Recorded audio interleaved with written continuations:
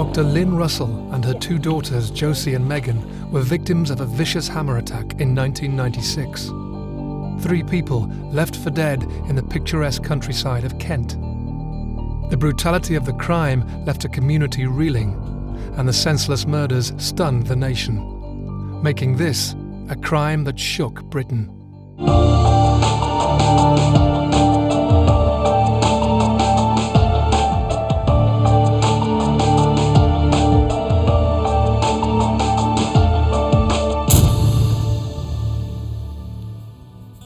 Kent police described the investigation as one of the most difficult that they'd ever faced. I can just remember the world sort of coming to an end and we all just standing there and saying, no, this can't be happening.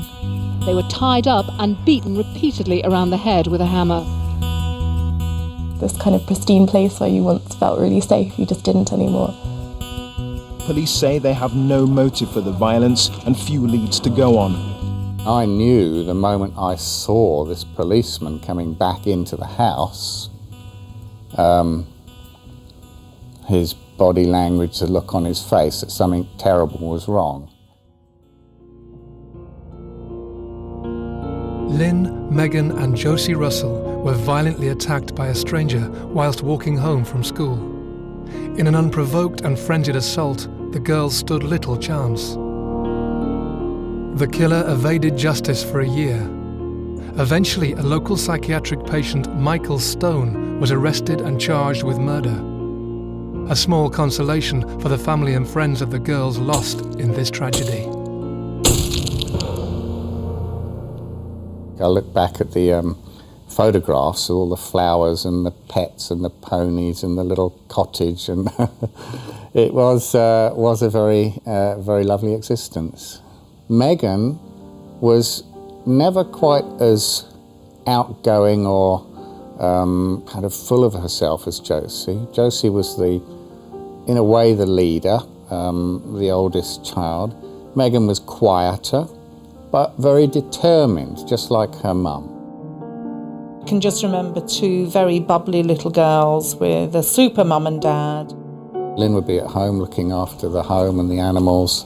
She did all her own work around the house, whether it was gardening, whether it was decorating, knocking down a wall with a sledgehammer. If she wanted to get something done, she'd do it.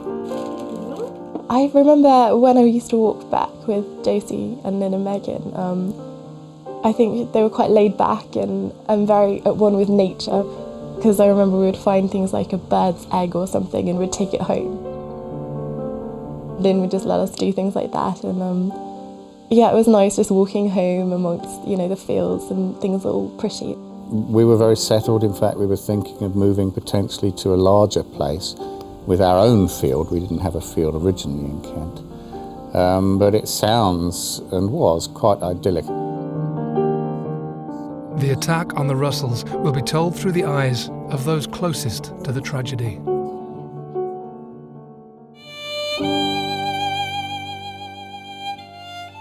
A beautiful summer's morning in Chillenden, Kent. The Russell family rise and plan for a busy day, juggling work and school activities. They're beginning to find routine after moving to Kent from Wales just months previously. Although I'd been trying to get a full-time job locally in North Wales, it hadn't worked out. We thought, for the sake of being together for the family, not having to do this long-distance commuting, we'd up sticks, moved to Kent. Okay, no mountains, but it's a beautiful place.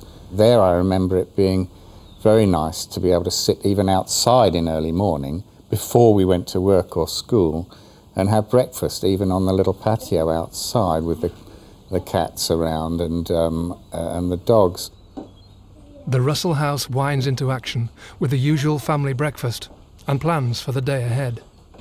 That day I took the children into work myself, and that was one of the days in which I did deliver them to school. The thing I can remember about the last few minutes with Lin was it was the normal morning rushing off to school, saying goodbye, the sunlight there and the garden, the flowers, and Lin going off and me thinking, well, she'll be immediately getting stuck into the gardening or the housework. Sean drives the short journey to the local primary school to drop his 2 daughters before heading to work. I've got this vision, this image in my mind of them in their little blue gingham dresses with their satchels. They went to a swimming gala that day, I do remember that, so they may have had a couple of towels there as well, sort of draped over the satchel. So that's the last I saw as they went into school that day. Yeah.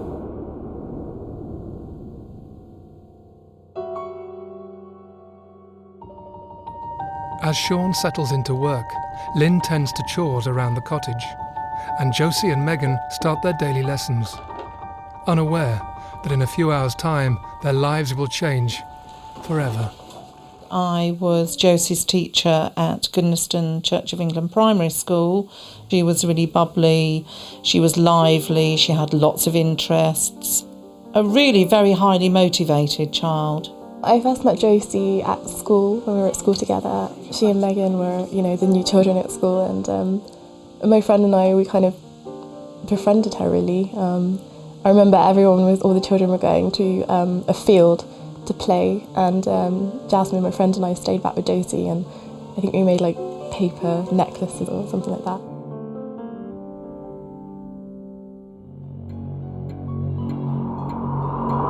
As the school day draws to a close, Sean nips out to the streets of Canterbury to run some errands.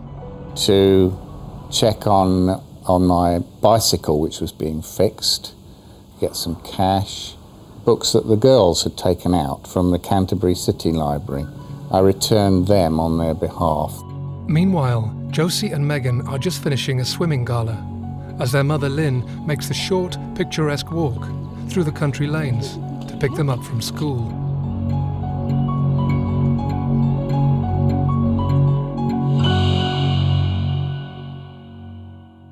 I had phoned Lin because she told me they were going to the swimming gala, and that she would then take them to Brownies. Lin was going to take them along and be given a lift by a local friend.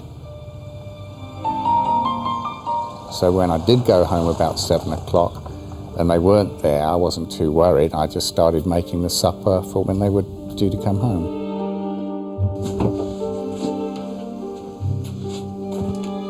As Sean prepares the family evening meal, he rationalises why the girls might be late home, until the phone goes. It was Liz Gregson, and she rang and said that she'd called round at 5 o'clock to take them to Brownies and they weren't there. The house was closed up, there was no sign of them. At that point I started to become a bit concerned. For the last half hour, Sean has presumed his family to be at Brownies, as planned that morning. Now, as evening sets in, he starts to panic. You have no messages.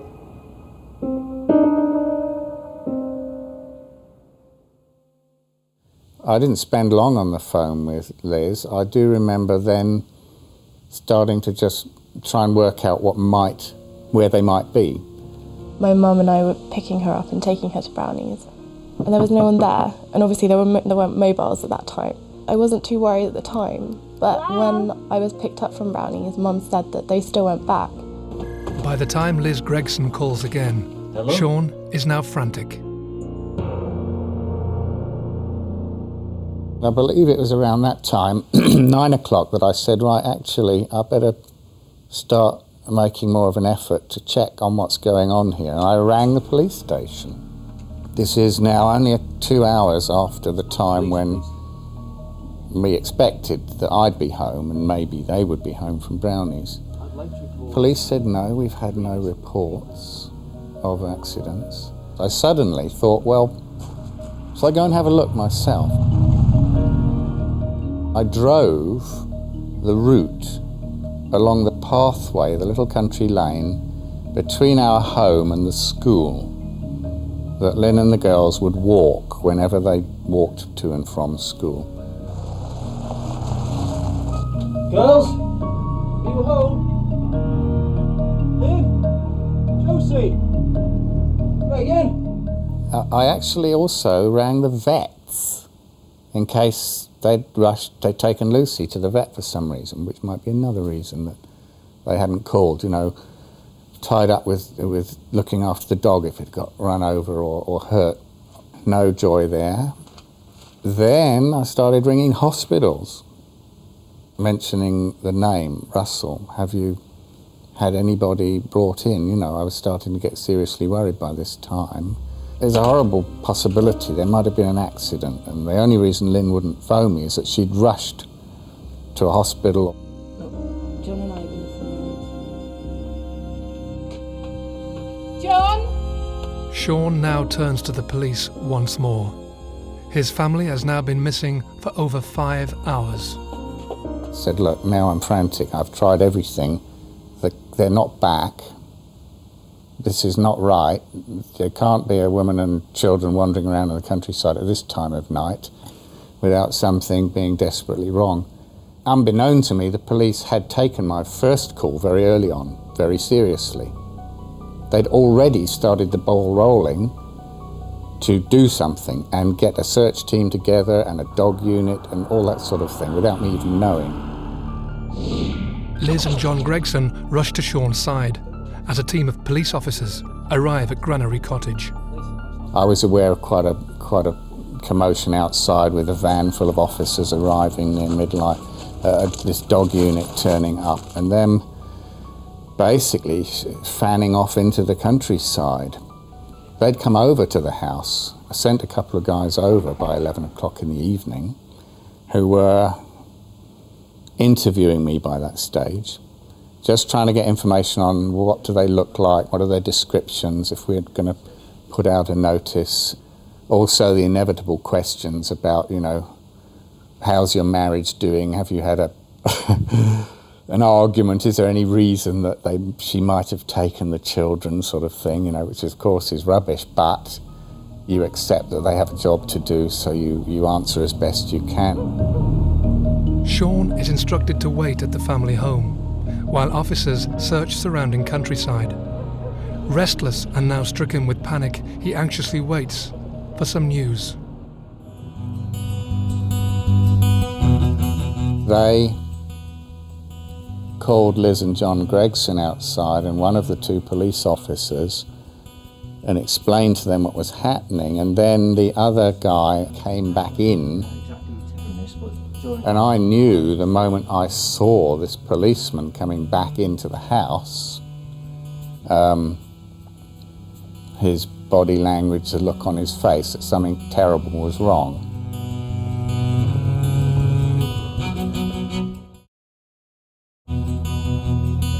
Sean Russell's wife and 2 daughters have been missing for over 6 hours.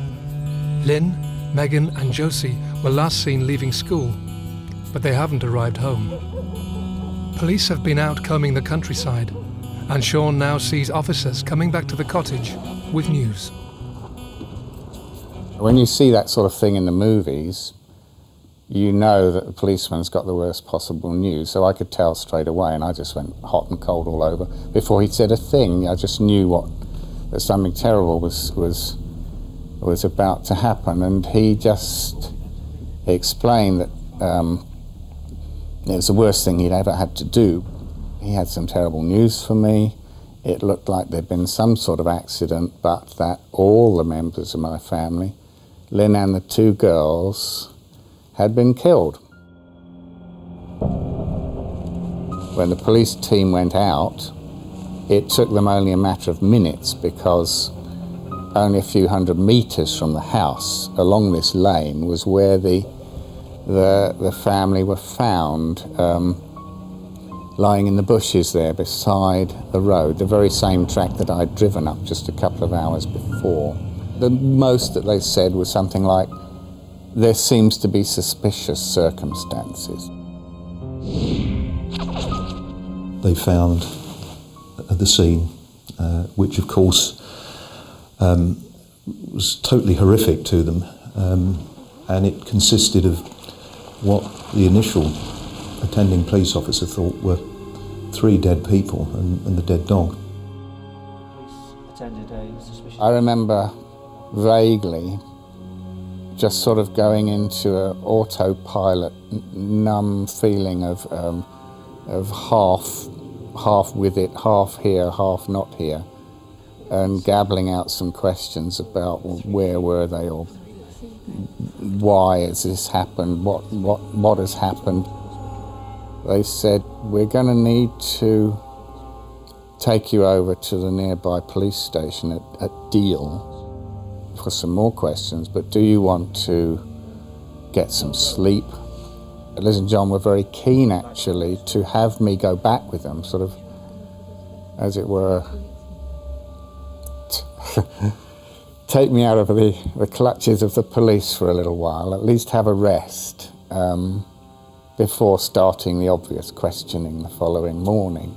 I didn't want to have to feel I had to be polite or friendly or diplomatic, and I didn't want to be a burden to friends either.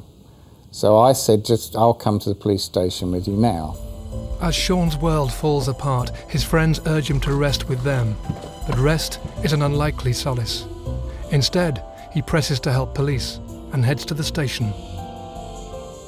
I do remember when I was away from Liz and John that I did get quite upset in the car going to the police station, and shouting and screaming a bit. I do remember having sort of, I suppose you'd call it suicidal thoughts, because I remember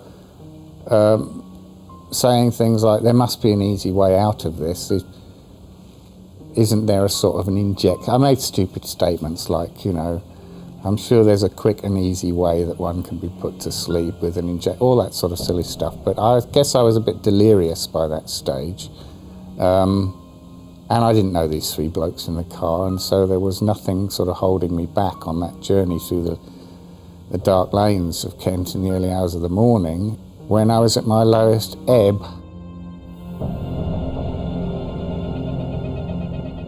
I was in bed and the phone rang, and I was asked if I would go to the police station because there'd been a serious incident.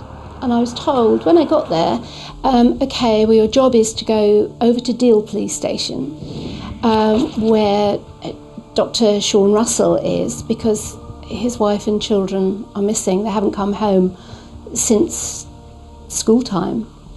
And so I went over there, and I went with Ed Tingley, a policeman who was obviously tasked to speak to Sean and to get as much information as possible about the family's last movements. It was really important to get as much information as we could at that time.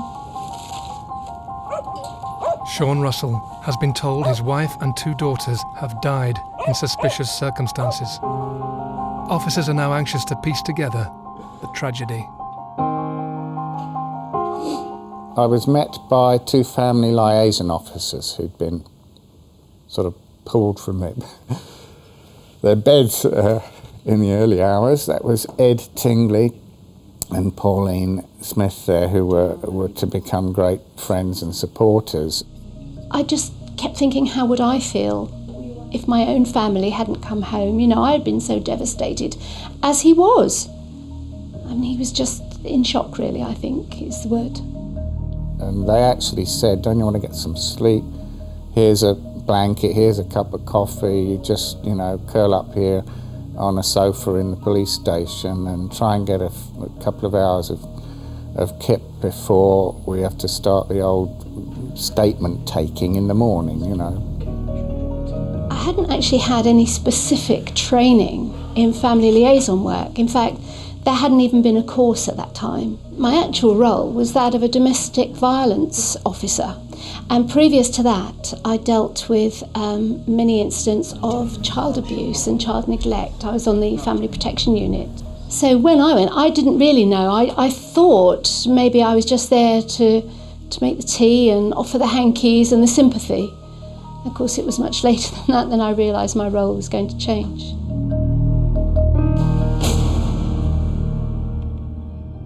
Sean begins the long and painful process of mapping out his family life. He needs to find answers to what has happened. 24 hours ago, he had a loving wife and 2 beautiful daughters. Now, everything has gone. Then an officer comes with news. I was sort of half asleep when I remember Ed coming in and saying there's been a big development. By this time, the family had been found and taken straight to the hospital. We thought everyone had died, including the family dog. If you can help us, give us a description.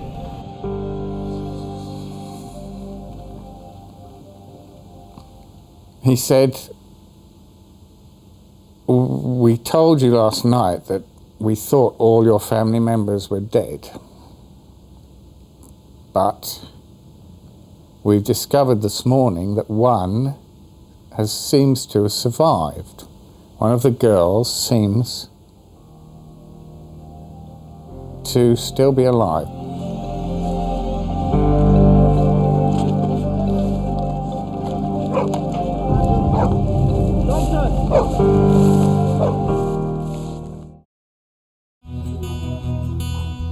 "24 hours ago, Dr. Sean Russell had an idyllic family life. Now, his world is shattered. His wife and daughters have seemingly been found dead down a country lane.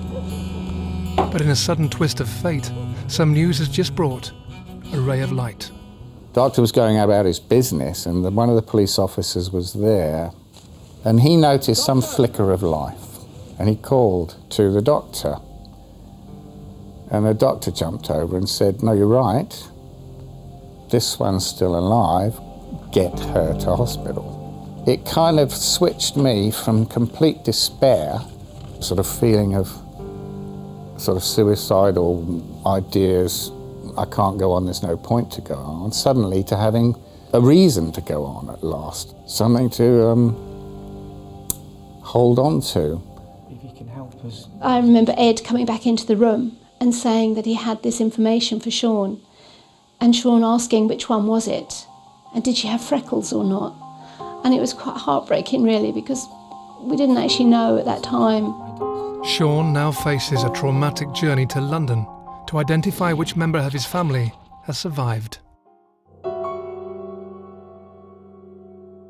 Even through the glass doors from outside ICU, and with all the masks and tubes and things, I could see some freckles on the top of the nose over the mask, and I knew that was Josie. As Sean tries to come to terms with the fact that his eldest daughter is somehow clinging to life, the news of the tragedy is starting to trickle through to close ones in their village. I remember waking up and Mum was asleep, which was really weird because she was always up before me because she started work really early. I remember being really excited that I'd woken up before her, and I rushed to get ready and went downstairs, and Dad told me that he had something to tell me, and it wasn't very nice news. And I remember being told, and I kind of didn't feel anything. I think I was just numb. I think I was too young to really understand. We all went into a state of shock. When you're a teacher, you're responsible, or you feel ultimately very, very responsible for the children in your care. It was actually a very difficult thing to tell the children, and I found it particularly difficult because two of my own two children were actually involved. My son was in my class, so I was telling my class, and I was having to tell my son at the same time. And my daughter was in Megan's class, and we didn't know at the time which of the two children was actually alive. Villagers are now waking up to a double murder in their tranquil surroundings. As police contain the crime scene, the media is already picking up on the tragedy. I heard about it actually on the news in my car travelling to London. This was in the morning on the 10th, the day after the murder. There was enough in that report that would have made close friends and relatives realise who the victim was. We would suddenly find members of the media sort of coming from behind bushes and at the edge of the school playground, and just We were just aware that there were lots of people around that we didn't know. Investigating the murders Well, of certainly Lin I've never known an investigation quite like this for the media involvement, which created a lot of issues. I remember Ed looking a bit shocked. How's the news got out so quickly? Before we've even had a chance to tell everybody in the family, he said, OK, here's a mobile phone Peter and Irene up in Sutton Coldfield, Lin's parents. And I could tell the moment I heard them on the heard Peter on the phone that he knew already.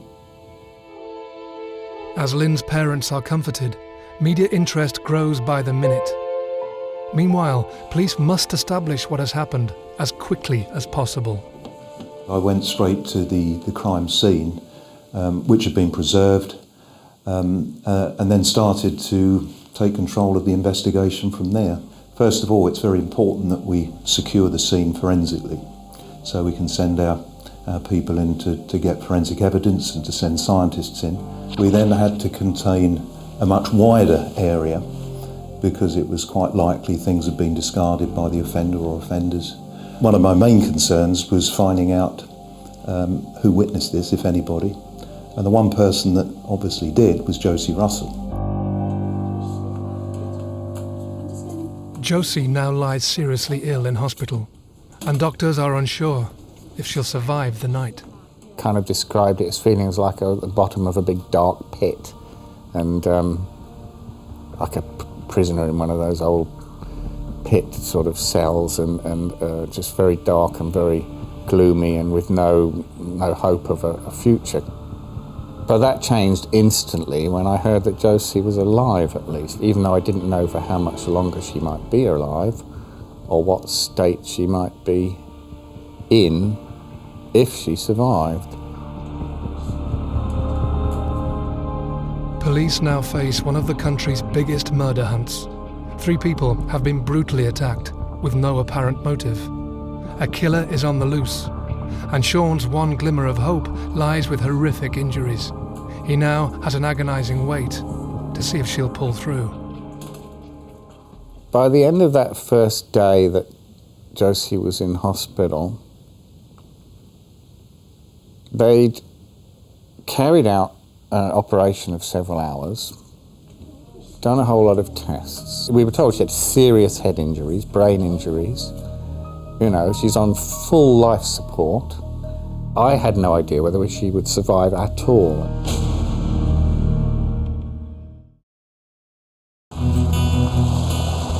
Sean Russell's world has fallen apart.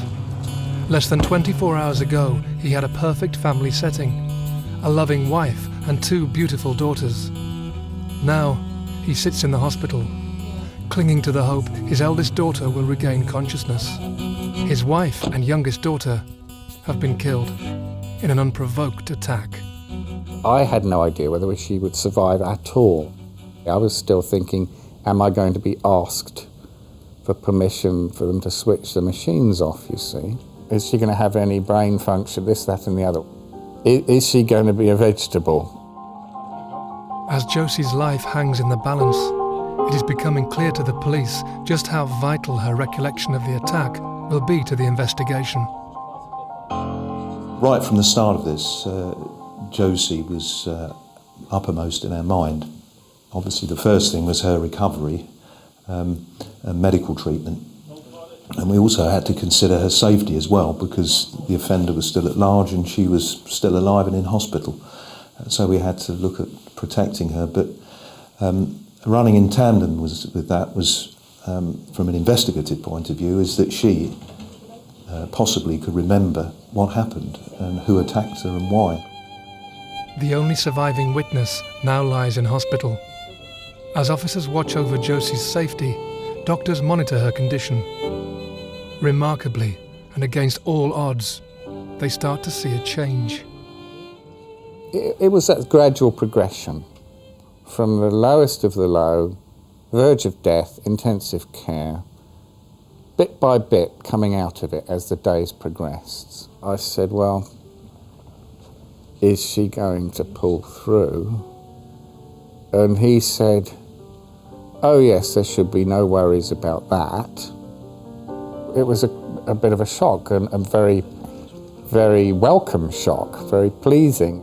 She's going to have problems. She's got a brain injury that have affected this particular area. She's likely to lead to speech and language problems, but possibly some physical problems, but she should come through.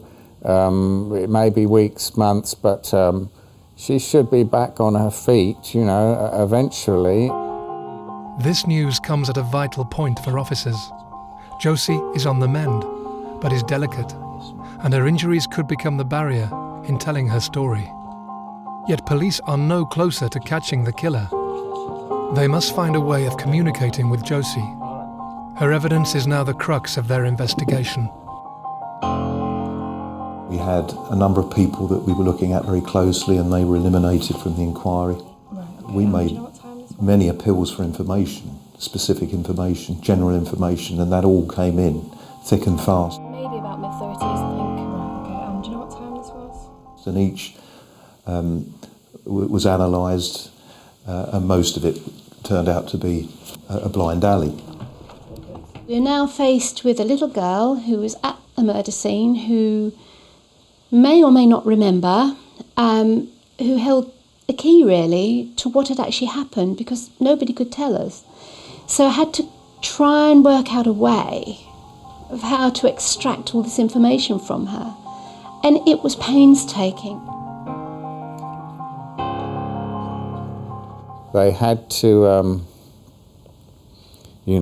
cut away these bits of bone and parts of the brain, which did eventually lead to some speech and language, reading, writing problems. Eventually she started going to like a speech therapy class, and they would hold various pictures up in front of her. She'd kind of try to show you what she knew she was understanding, so we knew there was a bit of understanding there. We stayed with her constantly because who knew at any one time if she was actually going to speak? Of course, it was only after all the investigations on the surgery that, they were looking at what had happened to her, that we realised the communication site of the brain had been damaged. It's amazing to me to this day that they could predict, because of the area of the brain that had been affected, what the likely problems might be in the future. Much to everyone's surprise, Josie's recovery is far quicker than anticipated. 6 weeks in hospital, and amazingly, that's all it was. 1.5 months, 6 weeks in hospital, from being on the verge of death to being able to go home. Even a couple of doctors talked about this is a miracle. That resilience, that strength, not only physical strength, which maybe most young children have, but sort of psychological strength was very evident. She was kind of like a battler. Should we put this one in as well? That's Daddy and Mummy, isn't it? I interviewed Josie, and Ed did all the videoing, and I started to work on scrapbooks. I thought that would be a fabulous way, really, of testing her knowledge. I was able to build up all the things that led up to the swimming gala. As Pauline and Ed gradually piece together the attack with Josie, their colleagues push to find other clues. This became the most extensive and difficult forensic examination I've certainly ever dealt with in my career. If you've got a murder that happens in a room, you can seal it off and you can do all sorts of things that you couldn't in an outside location. It wasn't just outside, it was in a wood with trees and leaves, and it was in the summer where the leaves were full on the trees. And that meant lots and lots of surfaces, inappropriate surfaces to get fingerprints from, to get DNA from. So it was a very, very difficult scene. She was obviously growing in strength, but she couldn't actually verbalise. So I thought by making models, it would give her an opportunity to really get off her chest what had happened, because, when someone is traumatised, you generally need to talk about it, and she couldn't. We found, with the help of a witness, some blood-stained toweling and clothing in a nearby location. And that proved very useful and allowed us to piece together what had happened. There was a hammer found close by this location, which was investigated very thoroughly. There is some doubt as to whether this hammer actually was part and parcel of the attack. But nonetheless, the post-mortem examinations clearly identified the murder weapon as a hammer. It was very frustrating in that hardly anything materialised from the forensic work.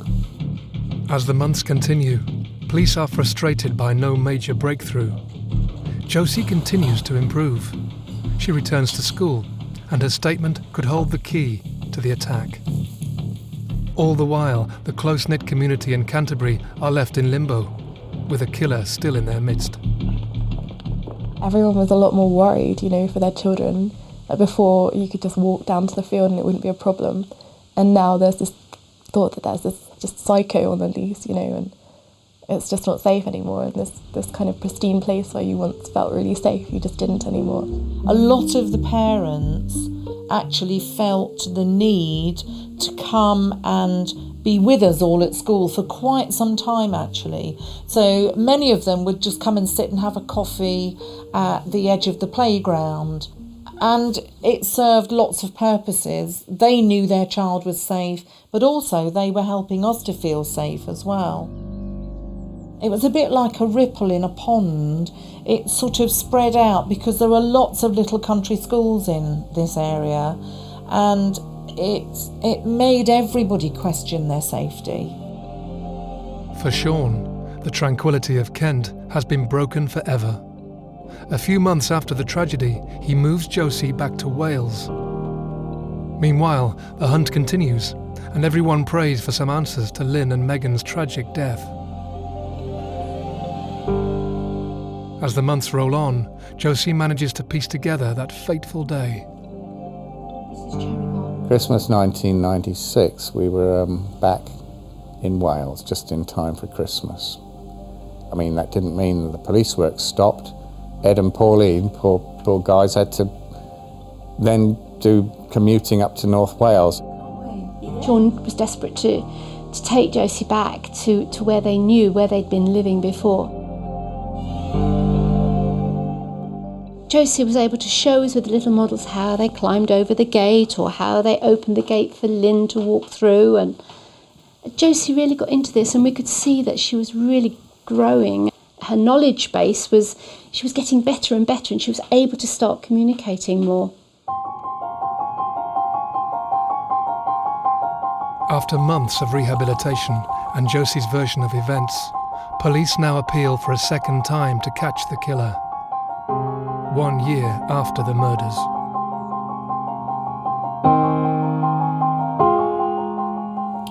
And that for the first time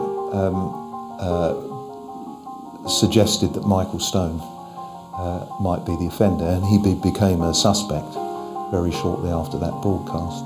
At last, police receive a vital lead they've been looking for. A doctor could hold the key. He was aware that this particular patient of his had been talking about things like this, and he gave a name to the police, which the police followed up. When Michael Stone was first identified as a possible suspect, that then triggered an awful lot of investigative activity around him, his background, his movements, his ability to do this sort of thing, his mobility to do this sort of thing, his vehicle, so on and so forth.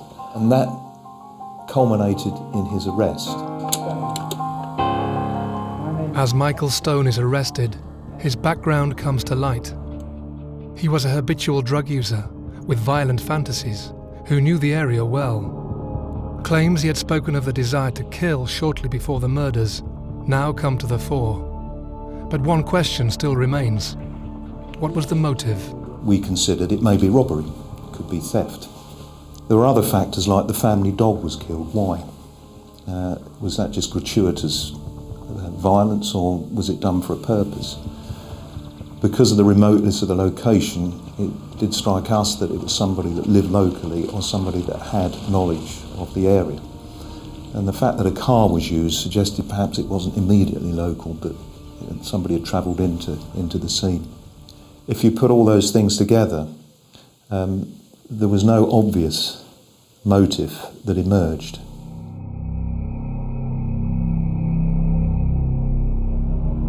After months of agonising detective work and heartache for the Russells, they may now be a step closer to uncovering the murders. Michael Stone goes on trial a year after his arrest. I asked them some things, but I didn't want to dig too far into their inquiry. When a person was found, it only sort of slowly built up, not all at once, that yes, this is the likely person. It was a momentous thing to happen, but it left us with as many questions as it started to answer. Again, I wouldn't say that there was a sort of sudden sense of eureka. They found the person. Stone is found guilty on 2 counts of murder and the attempted murder of Josie. He is given 3 life sentences. The devastating facts about the 9th of July 1996 now come to light. The girls had gone to their swimming gala in Canterbury with the school. Just finished swimming and we all came back on the coach, and then our parents would pick us up, and my mum picked me up in the car and Lin was walking to pick Josie up. Lin had walked with Lucy, the dog, across the country lane, 1.5 miles away to Goodnestone to wait for them and collect them. I knew obviously we were going to Brownies that afternoon, and Mum and I beeped the horn because we saw Josie, Lin and Megan just about to walk down the steps, and we thought, oh, we'll give them a lift home, and we beeped, and I remember we beeped quite a few times, and I thought it was really weird how they didn't hear us, and we just thought, oh, that's fine, we'll just see her later. And if they had heard us, then we would have given them a lift home. They would have been chirruping away about the fun they'd had at the swimming gala, and they would have walked down Cherry Garden Lane, and that is when the whole event started to unfold of the person, as Josie described it, them passing a man in a car parked, and then as they walked down the lane, the car following them, etc., and then the attack ensuing from that. The violence used was excessive. Far more excessive than was needed to control the victims. Probably the reason that Josie survived was that the damage to her skull was greater than to the other 2.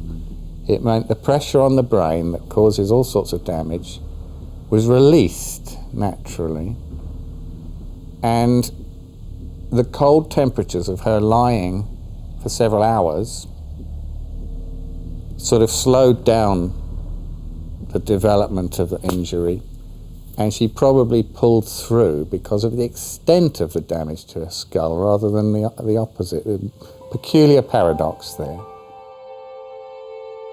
The unprovoked hammer attack on the Russells raised wide-scale debate on the British laws and the strength of the Mental Health Act. Should it be reassessed?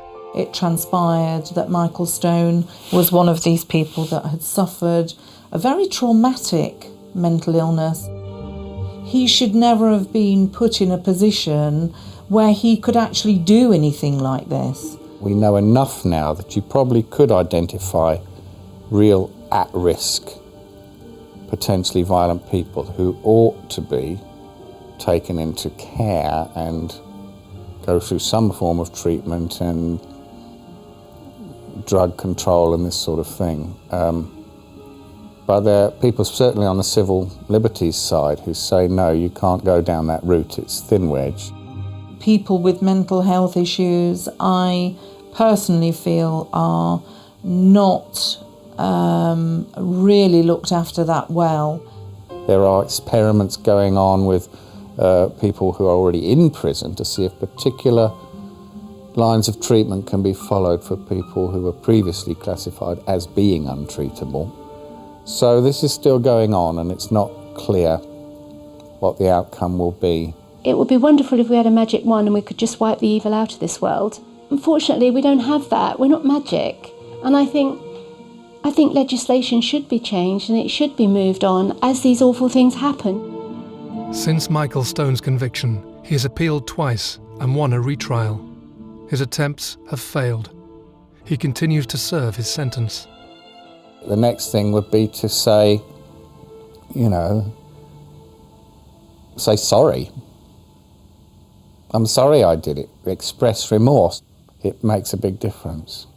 You've always got that sort of lack of finality. Sean and Josie's life is now very different. For years, they have humbled the nation with their resilience and courage to continue on with their lives. We've been shown the depth of on one side, the worst side of human nature, but against that we've been shown the best side of human nature, all the people that took an interest in us and were so kind to us and generous and supported us through all of this. Okay, we had a mad, crazy, chance in a million, one-off thing happen to us. And of course we'll never forget that, you'll never get over it. But we're trying to make the best we can of life, and the way Josie does is what gives me the strength and to feel that I can face the future, and seeing her making such a good job out of her life makes it a lot easier for me to carry on.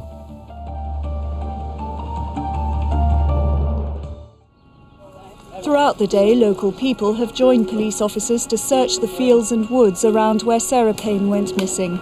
Sarah had been playing outside with her younger sister and two older brothers when they became separated. On the 1st of July 2000, 8-year-old Sarah Payne vanished while playing one summer's eve. 17 days later, she was found, murdered. Roy Whiting, an already convicted paedophile, had taken her life.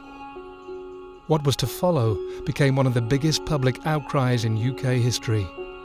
Sarah's family, left torn apart by the devastation, were surged to campaign for a major change in British law, determined Sarah's death would not be in vain, making this a crime that shook Britain.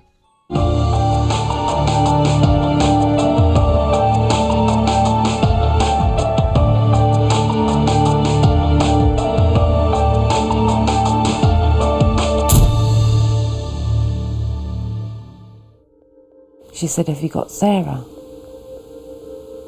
And then the boys chirped in, I can't find her. So it was that quick. It was just that quick. Once separated from the other children, police believe she may have become lost. They say there's no evidence to suggest that she's been abducted. The only time he took his eyes off was just to turn around to make sure Charlotte and Luke were okay. In that time she'd gone. He was seconds behind her. The police needed the help of everybody in the country. In a Sussex field tonight, police are examining the body of a little girl found just 10 miles from where Sarah Payne went missing at the beginning of the month. I lost control completely and utterly. I cried, I screamed, I shouted for her. Both the police and the probation service in Sussex feared that Roy Whiting would strike again, but were powerless to stop him. When you're dealing with paedophiles, particularly people who have been arrested before, this is their life is not getting caught. Like I say, you just get worse because you're actually saying it out loud to somebody, my daughter's missing.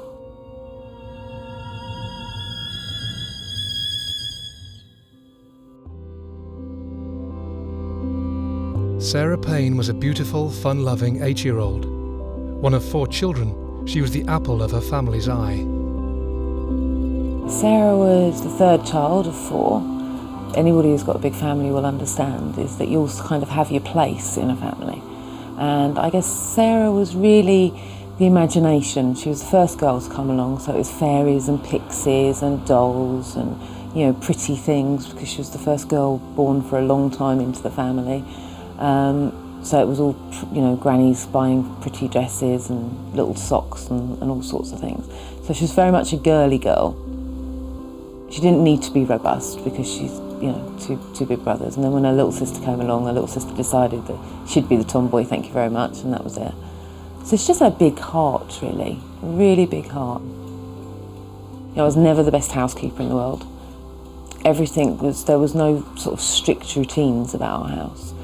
Dinner was at a certain time and bedtime was at a certain time, but other than that, everything was just kind of as it happened. It was just mad, messy and noisy all the time. When we rowed, it was massive rows, when we played, it was loud games, so it was just like that. It was just a force to be reckoned with, I think. The tragic murder of Sarah Payne will be told through the eyes of her mum, Sarah, and Phil Clark, an officer on the case.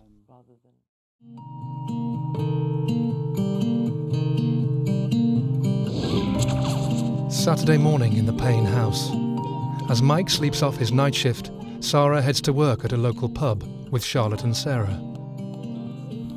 Took the girls to work with me in the morning, as I normally did on a Saturday.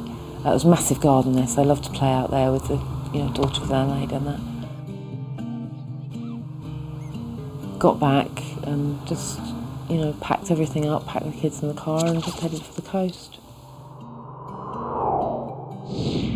The Paynes make the journey to West Sussex to spend the weekend with Mike's parents.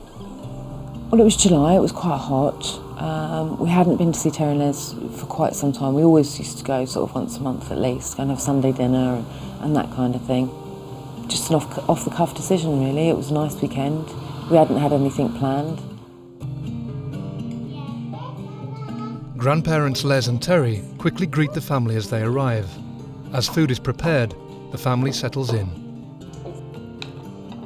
Everything ready. Dinner almost on the table. Get in, have a drink, say hello, catch up quickly, have dinner all together. Kids go out to play, sort of in the garden, clear up and just normal family life, really. With the warm afternoon drawing to a close, Sarah and her family take a walk to the seafront after dinner.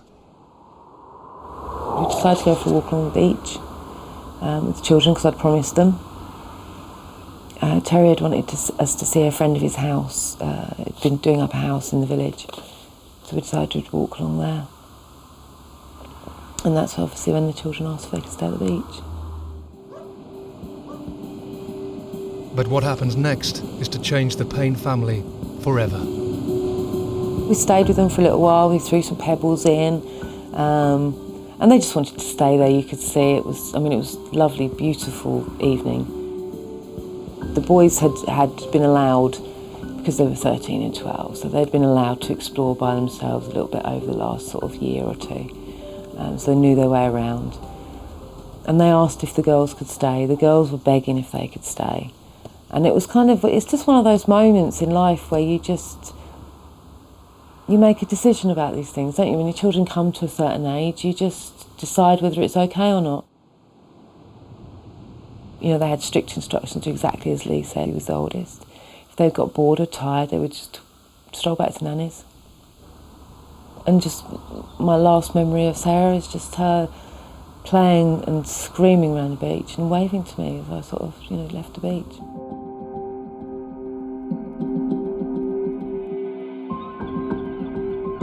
As Sarah plays happily on the beach with her brothers and sister, Sarah, Mike and Terry head to visit friends. Stopped at the pub for a half, and we were going there literally a half. It was a balmy summer's evening. Walked back round the fields, so it was just that amount of time, and that's all it was. We didn't stay anywhere any longer than 10, 15 minutes. No, there was no rush about it, but there was also we wanted to get home for the evening and just settle down, get the kids in bed, and just have our evening. Yet as evening sets in and they stroll back to their house, the calm is broken. And as we got to the house, Les was standing outside, which I thought was very, very unusual. She was holding Charlotte tightly by the hand and the boys were sort of around. She said, "Have you got Sarah?" And then the boys chirped in, "I can't find her." So it was that quick. It was just that quick. My daughter's missing. It's like an echo going off in your head that just is uncontrollable fear, just real fear.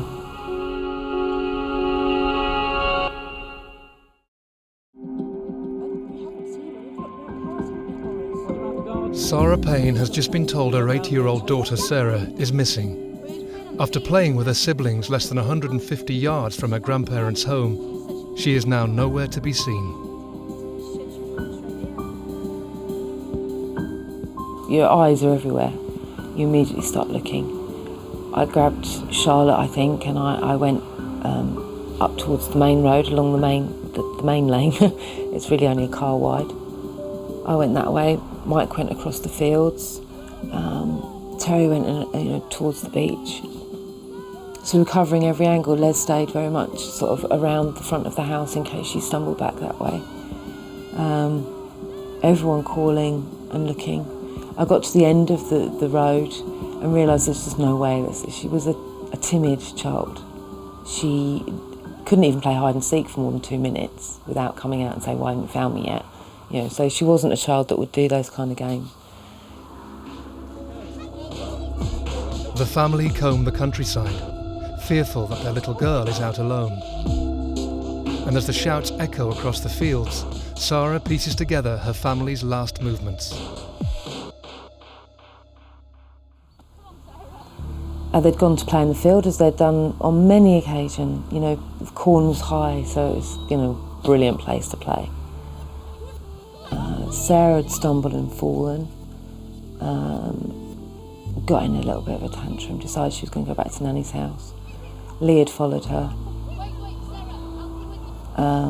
Same time Charlotte had fallen and stumbled as well, so sort of one boy's attention was on one and the other boy was on the other. They did everything right, everything. Lee never took his eye, the only time he took his eyes off was just to turn around to make sure Charlotte and Luke were okay. In that time she'd gone.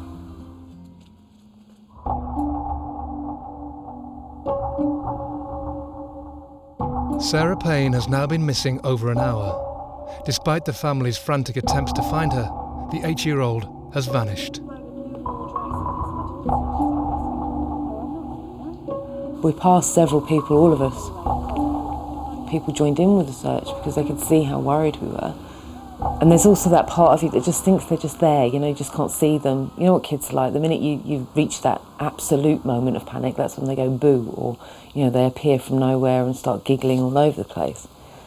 But there was kind of this nagging thing, well, what if she'd walked across the fields and just got lost? So it was just covering everything. With no leads and darkness closing in, Sarah faces the painful realisation that extra help is now needed. She said, "Look, we've got to call the police. She doesn't know where she is. She's lost. God knows where she is."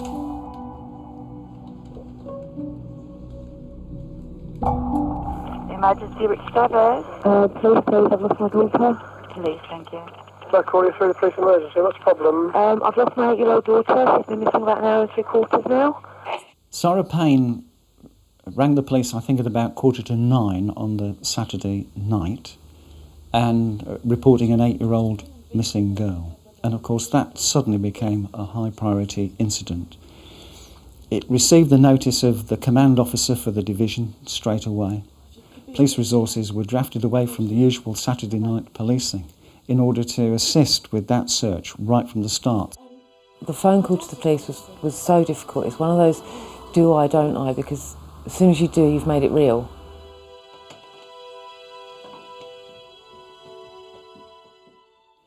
My very first thoughts were that potentially we got an extremely big policing operation on hand, and that was going to take all the resources that Sussex Police could muster. It just get worse because she was actually saying it out loud to somebody, my daughter's missing. And like I say, just thank God they took her seriously.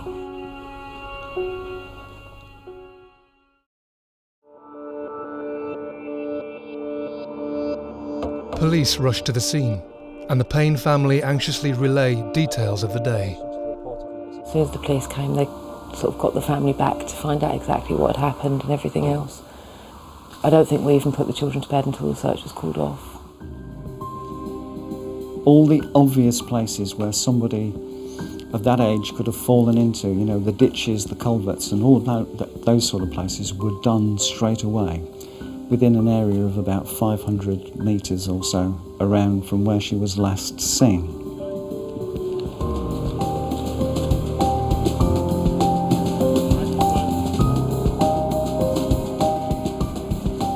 She wasn't at home, she was at her grandparents' house, and she had not been out playing in that area before, as far as we knew. So she could have just simply wandered off and got lost.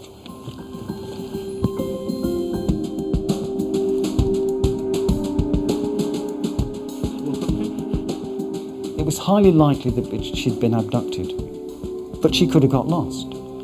It was highly likely that she'd been taken from the place, but she could have fallen down a well. The most notable thing about the surrounding area from where Sarah went missing was the absolute lack of any evidence, the absolute lack of any clothing or any of her property or anything to do with her. It was devoid of anything that related to Sarah Payne, as if she had been whisked away.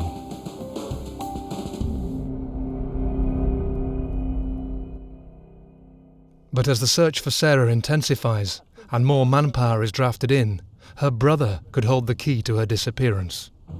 Really, it was just a case of talking to each of the boys, find out in detail what was going on. And then Lee pulling me to one side and saying, "Mum, I did see something, but I don't know whether to say or not." And he'd seen a van and a car. And I said to him, can you remember? And he said, well, they're about the same time. And he said, but the man in the white van, he smiled and waved at me. And I said, do you remember what he looks like? He said, yeah. So I said, well, I think we'd better tell the policeman. He said, well, do you think it's important? We don't want them looking for someone and not looking for Sarah. So it's kind of, we have to tell them everything and then let them decide what's right and wrong. He was the only person to see what potentially could have been an abductor. And he identified to the police that he was driving a large white van, being driven by a scruffy individual who smiled and waved to him as he went past.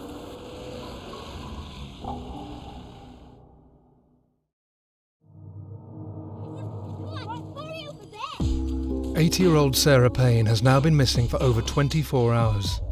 Whilst playing in a field with her siblings, she has vanished from sight. The scale of the police hunt is now escalating as the hours tick by, and officers are desperate for any clues that could help find the little girl.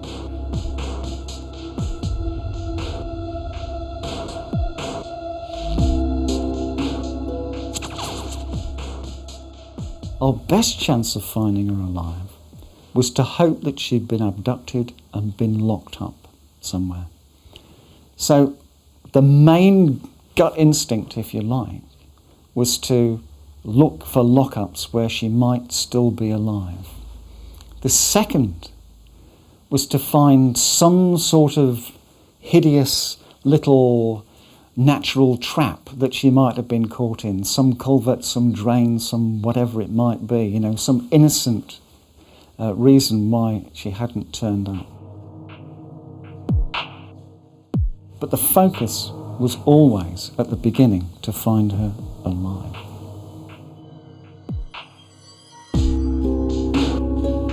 Members of the public are now offering to help search in their droves, all praying Sarah is found, safe and well. Meanwhile, as part of the inquiry, a sex offender living in the area, Roy Whiting, is called upon by police.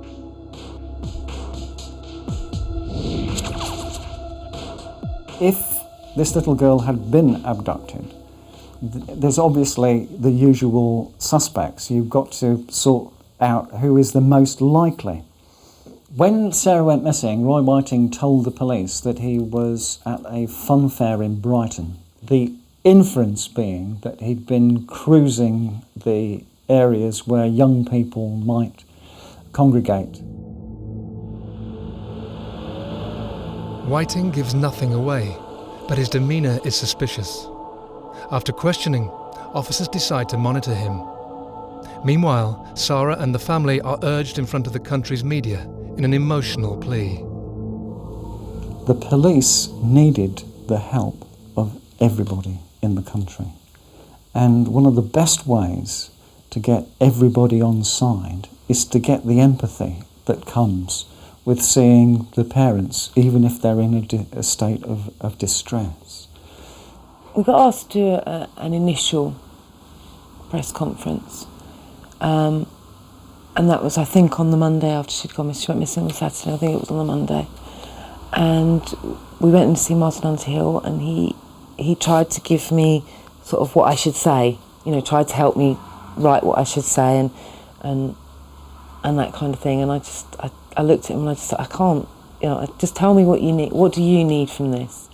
And that was the obvious thing to do, and it was done very early. I think the first time that the Payne family made an appearance was on the Tuesday morning, if I remember rightly. We've got lots of people, hundreds, Sarah. You wouldn't believe how many people are coming, but they're coming, and it won't be long.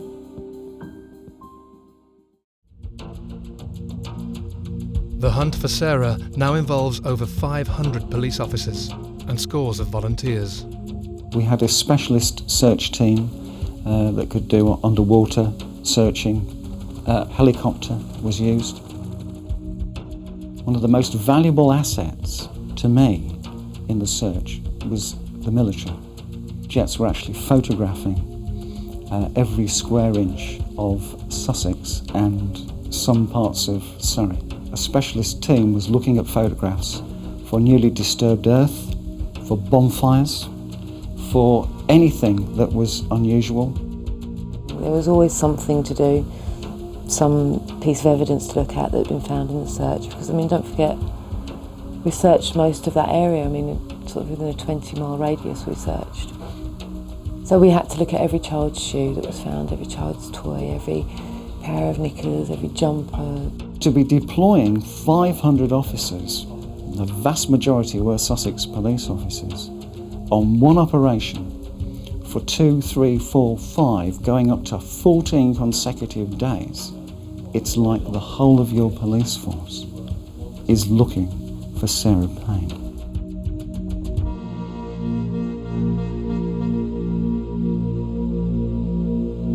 The hunt for Sarah is quickly turning into one of the biggest media cases in recent history. Her image is used across newspapers and television reports nationwide in a desperate plea for information. As a result, the leads into the search for Sarah come in thick and fast.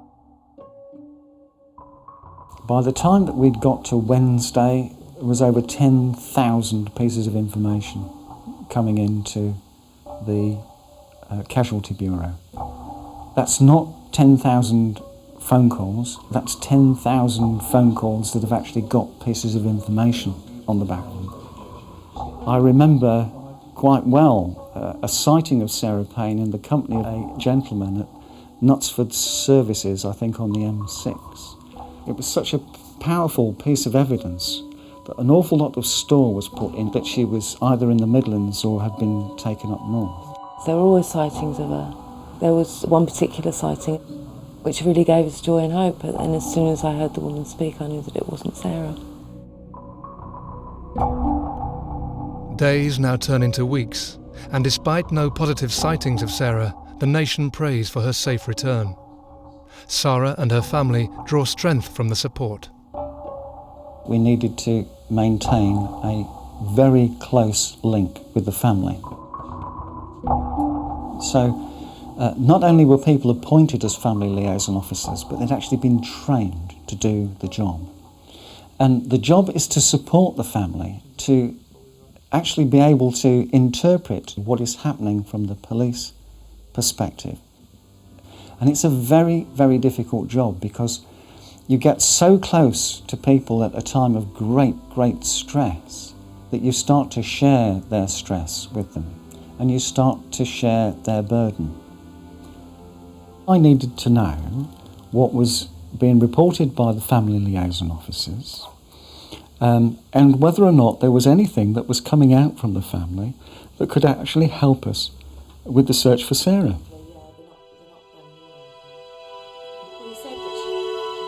Family liaison officers Sean Scott and David Dowell are also on hand day and night to help the family through the agonising hours. The moments I liked best were the ones when, just before Dave and Sean arrived in the morning, was the one when, just before they come through the door. It was any news, so there was always that hope every time they came through the door. And sadly that just didn't happen.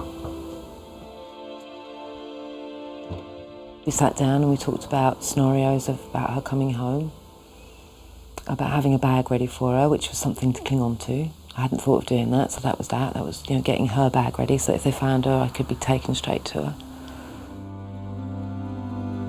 For Sarah's brothers and sister, their worlds have been turned upside down.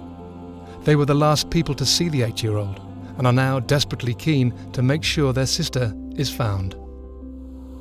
I couldn't tear the other children away from the news at all. They just had it on 24 hours a day. And every day they were coming up with scenarios to get the press involved, to do this, to do that, wherever they looked, So it was, it was a real challenge to keep them occupied as well. They went to the police station. The police were fantastic with them, showed them all the computers, photo fits with Lee.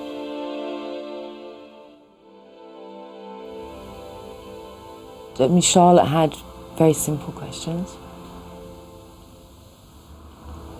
And the boys had quite in-depth questions. Where were the police going with this? Did they have any evidence for this? Did they have this? Lee was like, did you chase up the green car? Did you find the man that I saw? And that was from no pushing from anyone. It's just they needed to be part of that. It was their sister that went missing.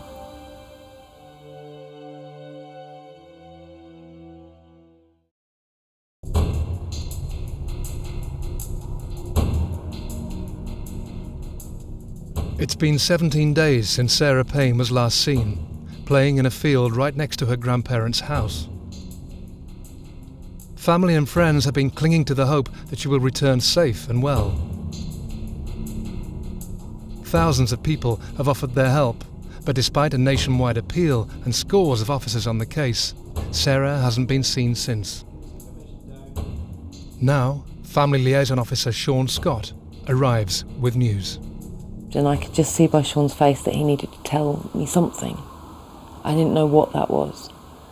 I soon had a good idea that it was serious, and I didn't want that moment to come. When it came to it, I didn't want it to come. Sarah? I kind of knew what was coming, I just couldn't let him speak. Michael arrived, and Sean quickly sat him down, and I didn't realise the urgency of it. They'd found a body. Got some news. We found the body of a child. It was a little girl, and there were no other little girls missing at that time, so they could only presume it was Sarah, but it wasn't definite.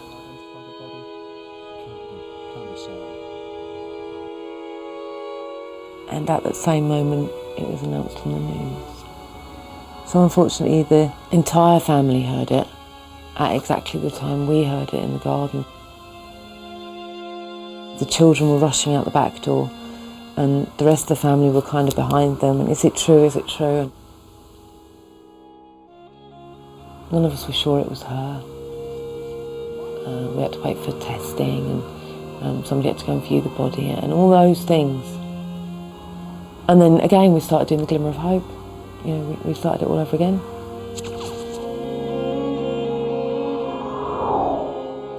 The body was actually found by a farm worker after it had been disturbed from being buried. The worst thing that can happen is for this particular inquiry, after all that's gone on, to turn into a murder inquiry. There was a sort of certain inevitability about it at the time.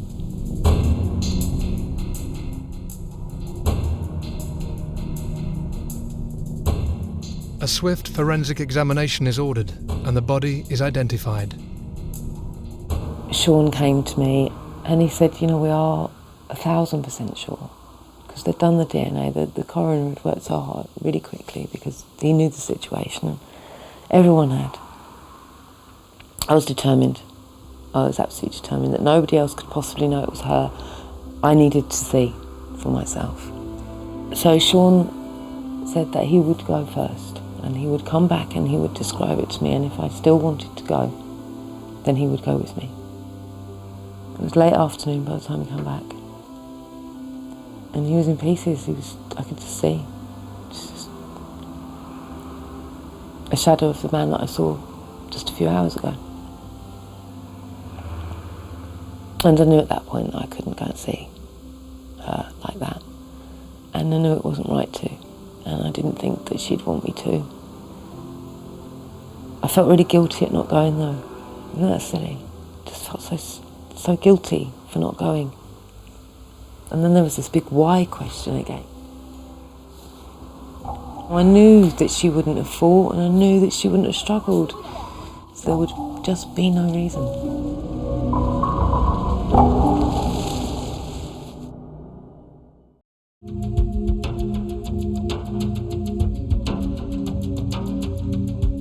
The body of Sarah Payne has been found by a farm worker 17 miles from her grandparents' home.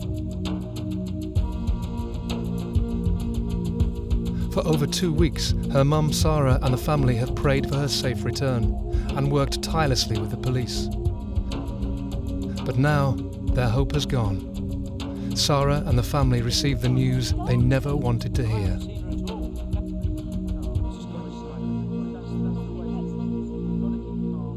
You know, all sorts of things go around in my brain at that time then. I mean, I knew that she'd died. I knew that she died quickly. That was a saving thing for me. She hadn't suffered for ages. And then there was this big why question again. You know, I knew that she wouldn't have fought, and I knew that she wouldn't have struggled. You know, even if she'd done it initially, she didn't have any strength in her to push anyone around. The emotion at this stage is huge sadness, absolutely enormous sadness. The fact is, it became clear that we had an offence, serious offence, to detect.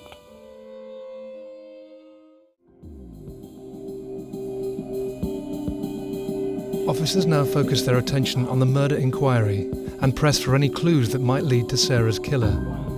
A lady in a nearby village calls the police. She'd seen a shoe on the side of the road, I think something like about 8 days before. And when she went back, it was still there.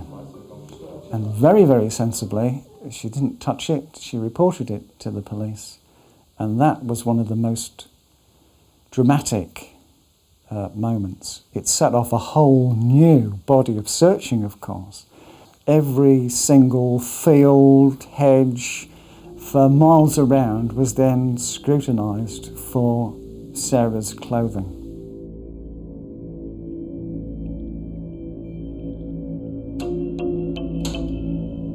Three days later, in an unusual twist of fate, Roy Whiting, who was questioned a couple of weeks ago, comes to the attention of the police once more.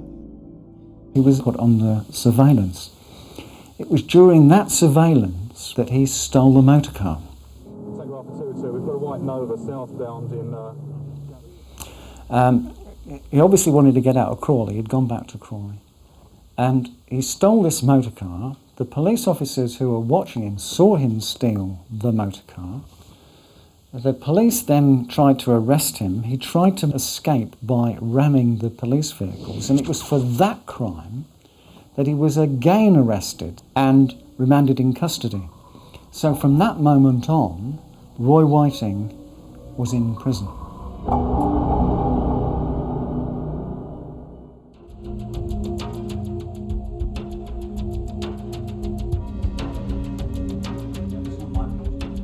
As Whiting sits in custody for a separate offence, police question him on Sarah's disappearance again. Once Sarah's body was found, Roy Whiting was the prime suspect. It was imperative that he needed to be rearrested and spoken to again in the terms of the murder inquiry. When Peter Kennett took over the investigation, that's when it turned into a murder investigation. Every single day he tried to get his officers to prove to him that it wasn't Roy Whiting, because his name just kept coming up. Even if it was only on the premise of coincidence and happenstance and all the rest of it, the coincidence by this time was enormous. As the pressure mounts on Whiting, Sarah and her family turn their focus to a memorial to honour their daughter's short life.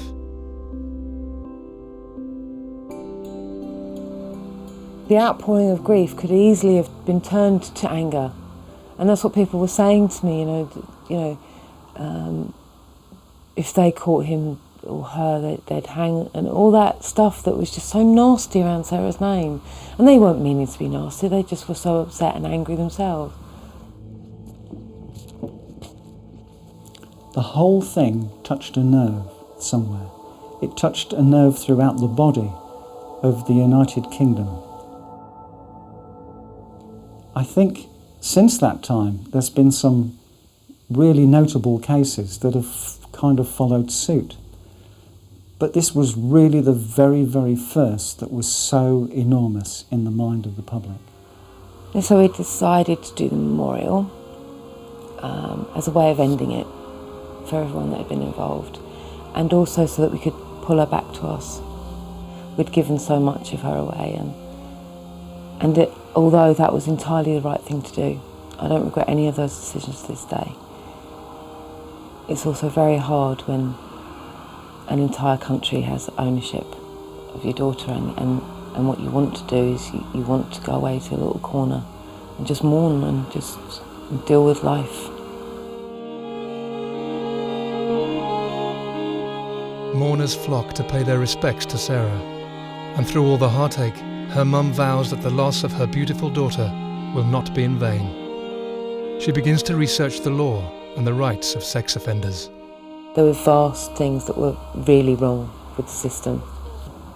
And that's where we started learning that it wasn't just one thing that needed changing. It was entirely right that parents had the right to know. You know, in America, they're told whether they want to know or not. And it all just seemed so wrong and so pointless and so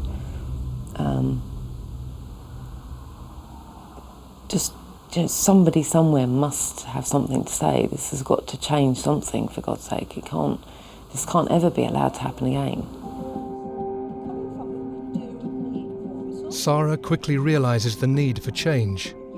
Inspired by Megan's Law in America, she presses for controlled access to information on sex offenders in a passionate bid to stop this tragedy happening again. So basically we looked at all the things to do with sex offenders, and it just seemed that everyone was playing into their offender's hand. Nobody was looking after these children. We found that the police's hands were tied an awful lot of the time when it came to offenders. So if they saw an offender outside of school, the police had been taught they couldn't move them along. They couldn't stop them from standing there because it was the offender's human right to stand wherever they damn well pleased. They could come out of prison, not sign on with the local police station for 4 weeks, which all just seemed so very wrong. And so, with the backing of the News of the World, the fight for Sarah's law starts. I just decided that it was the best thing for us to do, was to try and turn this awful, awful thing that had happened to us,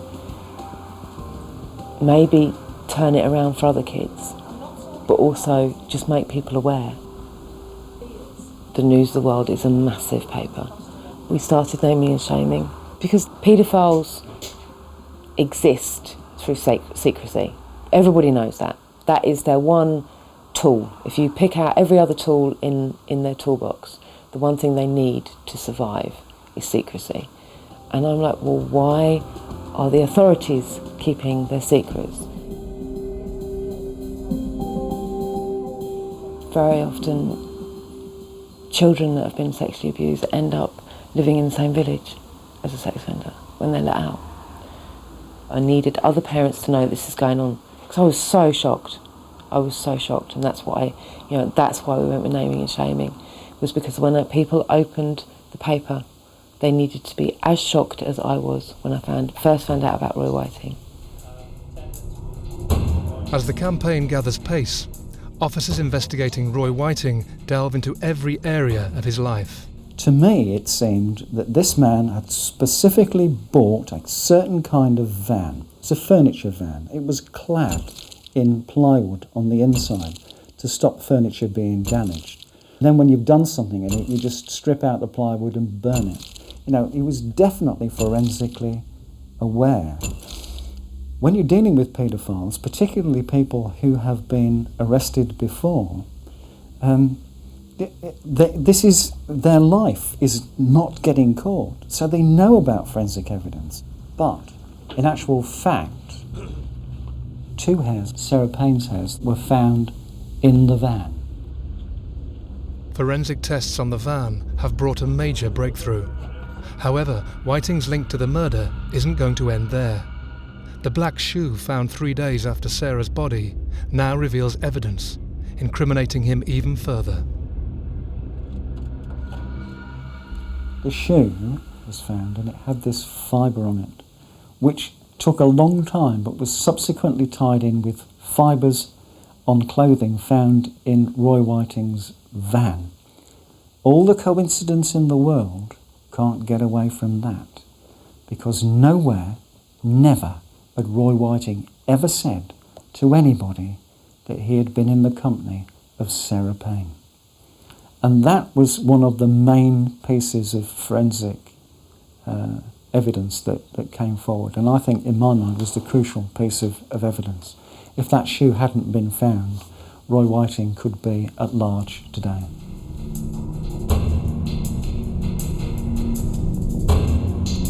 As forensic evidence directly links Whiting to the murder, he is quickly questioned once more. Whiting was cold and clinical, nervous, chain-smoking, solicitor-reliant, exhibiting all the behaviours you would expect of a guilty person. You murdered Sarah Evelyn Isabel Payne. Roy Whiting is charged with Sarah's murder.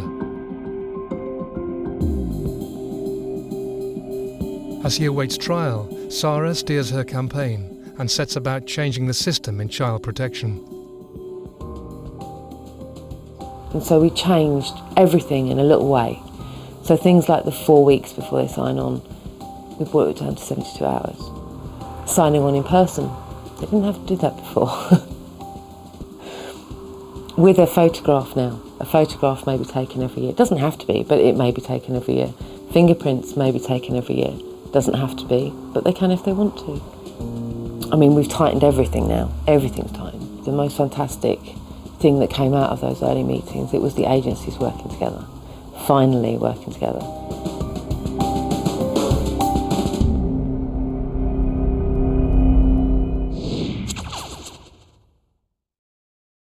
"17 months after Sarah's disappearance, Roy Whiting stands trial.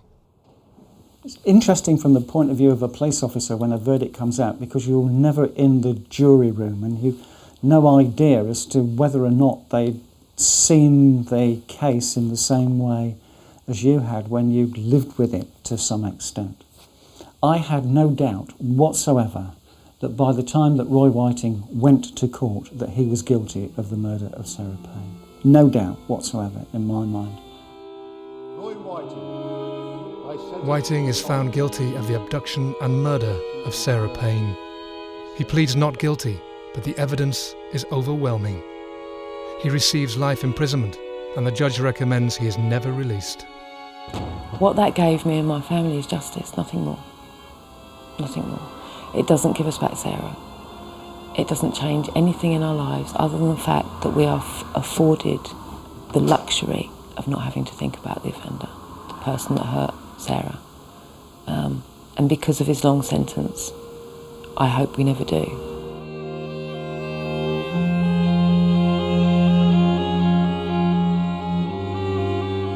Sarah Payne's fight for justice since the murder of her daughter has been relentless, and the changes still being made through her sheer determination are all steps in better protection for children. I just couldn't imagine how a man could have a previous conviction for hurting a child and still be living in a village with children. You know, still be living in a seaside town, for God's sake. There will always be those that want to hurt children. I don't understand them, I don't want to understand them. I know how they work because I've had to learn. I know what works when it comes to treatment with them. And the only thing that works is for you to stand in between that offender and a child. That's all that works. The man who murdered Sarah Payne is behind bars, but that will never stop her family fighting to prevent it happening to anyone else. Legislation is becoming stronger, but does this prevent another tragedy? Well, I don't think that you can ever legislate for what peculiar people do, and the more difficult you make it for people, if they've got a will, they will work at it. They'll work at it like a hobby, they'll work at it like a job, they'll work at it so that they can get to a position where they can do what they want to do. I mean, I hope that somewhere in the future we will find a way of stopping a first offence, of stopping someone from going down that road.